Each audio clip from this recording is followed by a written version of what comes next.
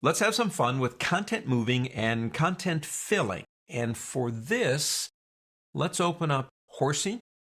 Hold down the Control key for non-contiguous, and content-aware move is the next one. And go ahead and open up this one. That's the one we started this lesson out with, Selection 101.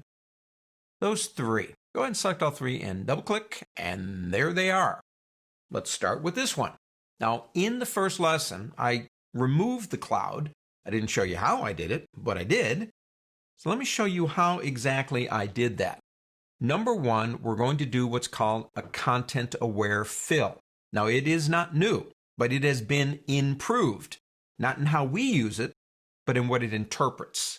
So, come over here and pick up the lasso tool and make yourself a relatively tight selection around that cloud.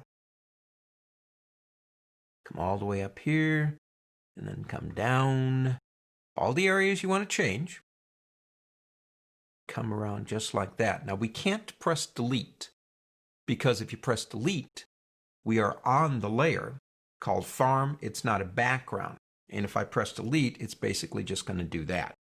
However, instead of me going up to the word edit and going down to fill, which we could do, there is a trick. Hold on the shift key and press the delete key. And it will automatically open up fill. Make sure it says content aware. Now, if you were doing this almost exact same selection on this image in version 5, you would get a little bit of the barn in there too, but watch what happens when I click OK. This is pretty cool. It's gotten so much better. It's got to think about it, of course. Doesn't take long, though. Cloud is gone. Now, I also resodded Gramps' little area down here where he used to drive the tractor and the 57 Chevy. Let's do that area too. So get right about here. We'll go ahead and make a selection around the area that you want to change. You don't have to get much more anymore. Just go ahead and make a tight selection.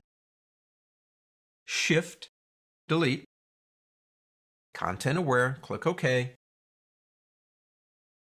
I just love this. Check that out. You say, well, you got a little up here too. Well, if you don't get enough, well, we could come over here and again, just make a little tight little area if that's even a problem to you. Come over here like that and again, shift, delete, and you can press the enter key for the OK too. I just love this tool. It's just absolutely amazing. And that's not a new tool. It's been there for a while, but the cool thing about that is it's gotten better. Not in how we use it, but in how it interprets the information. So what's left? Well, actually a new tool I think you're going to like. Go into Horsey. Tell you what, he's been eating a lot of grass in that one area and he needs to move someplace else. That's kind of hard to do on a two-dimensional surface. Let me show you the way we might have done it before the new tool came out in Photoshop 6. I might pick up my lasso tool, already have it, and do myself tight little area around the horse.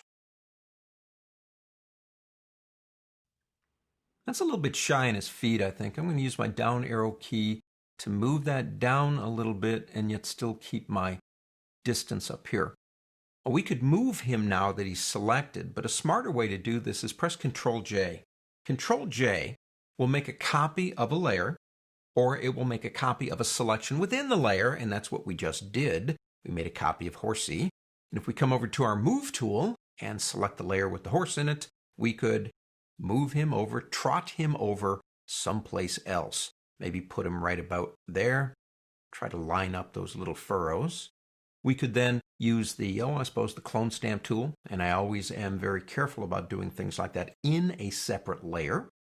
And with the clone stamp tool selected, make sure you have current and below selected here, because we are working in a blank layer.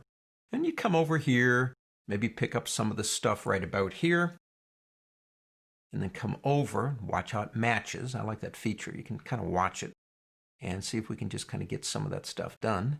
Look, he's going away. And we could try again.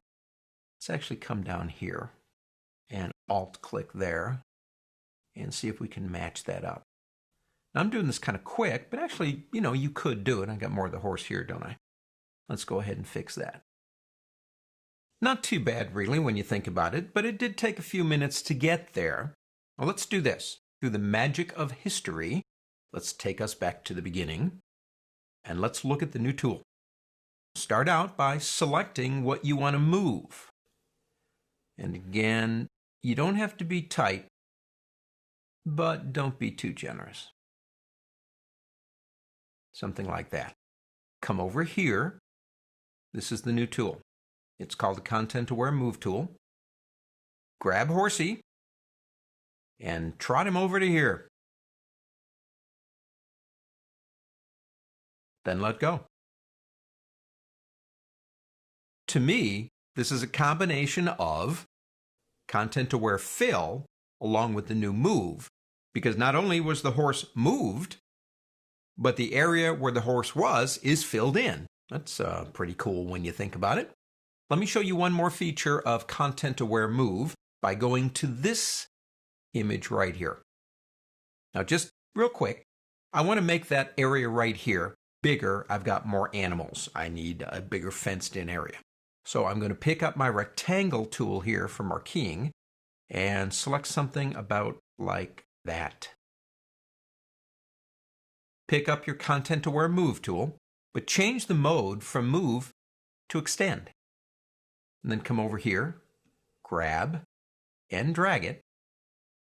Let's try to get it right about like that. And there you go. You've extended out that fence, and now you have more room for your cattle. Content-Aware Fill, Content-Aware Moving, and Content-Aware Extending. Pretty cool when you think about it, and it can save you a ton of time. On to the next.